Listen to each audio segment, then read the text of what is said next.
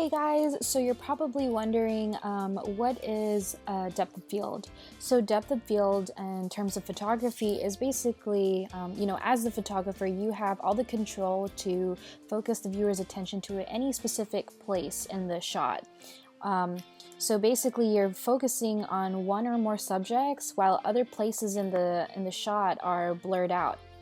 And depth of field is probably, shallow depth of field specifically, is probably one of the most interesting ways to execute really nice photographs, whether it's portraiture, nature photography, sports, etc. The basic rule on how depth of field works is by controlling the aperture setting on your camera.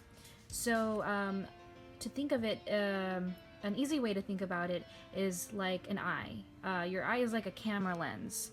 There's an iris inside it, and it basically opens and closes, and you have the control of letting in more or little light, less light. You can control the size of the gap, the hole, aka the aperture.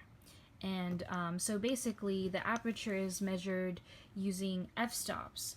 So f-stops, there is a range from the lowest number, like 2.8, to a standard, f-stop 22. You're probably wondering, what is she talking about with the aperture setting being f-stop 2.8 ranging up to f-stop 22?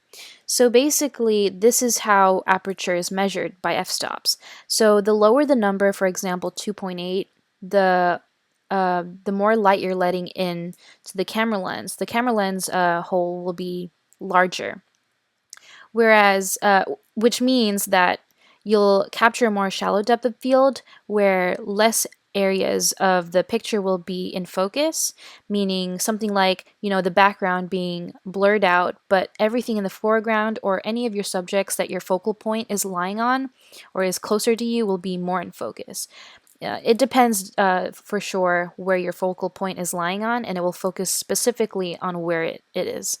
Whereas if you were to take an aperture setting up to f22, everything will be in detail. You can see everything more clear, but it can be a little tricky. Obviously, anything that's closer to you might be more, clear. It depends with your focal point and what settings you're using.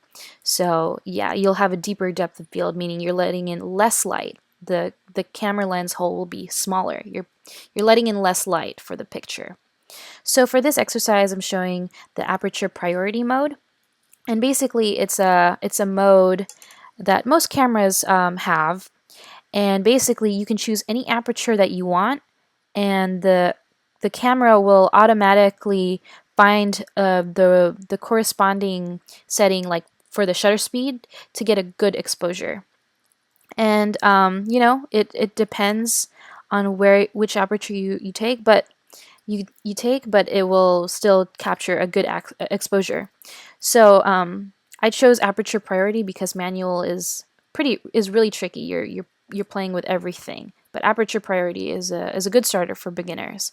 So for example, if I want to get a shallow depth of field, let's take the 2.8, and you want to set your ISO to the lowest number, being 100, because you're outdoors and you usually keep that ISO down. So let's take this picture, and you'll notice the subject is in focus and the background is completely blurred out. And this is really nice for all kinds of photographs. For your website, for your blog, cool stuff. But if you want to go for a deeper depth of field, you'll notice that everything from the background is in detail as well.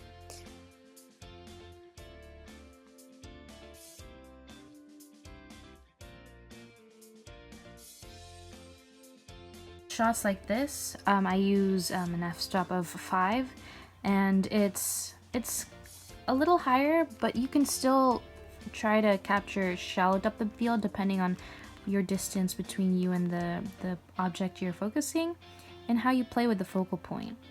So that's still a pretty low number, and you can still achieve shallow depths of fields in between 2.8 and f-stop 22 as long as it's just closer to f2.8.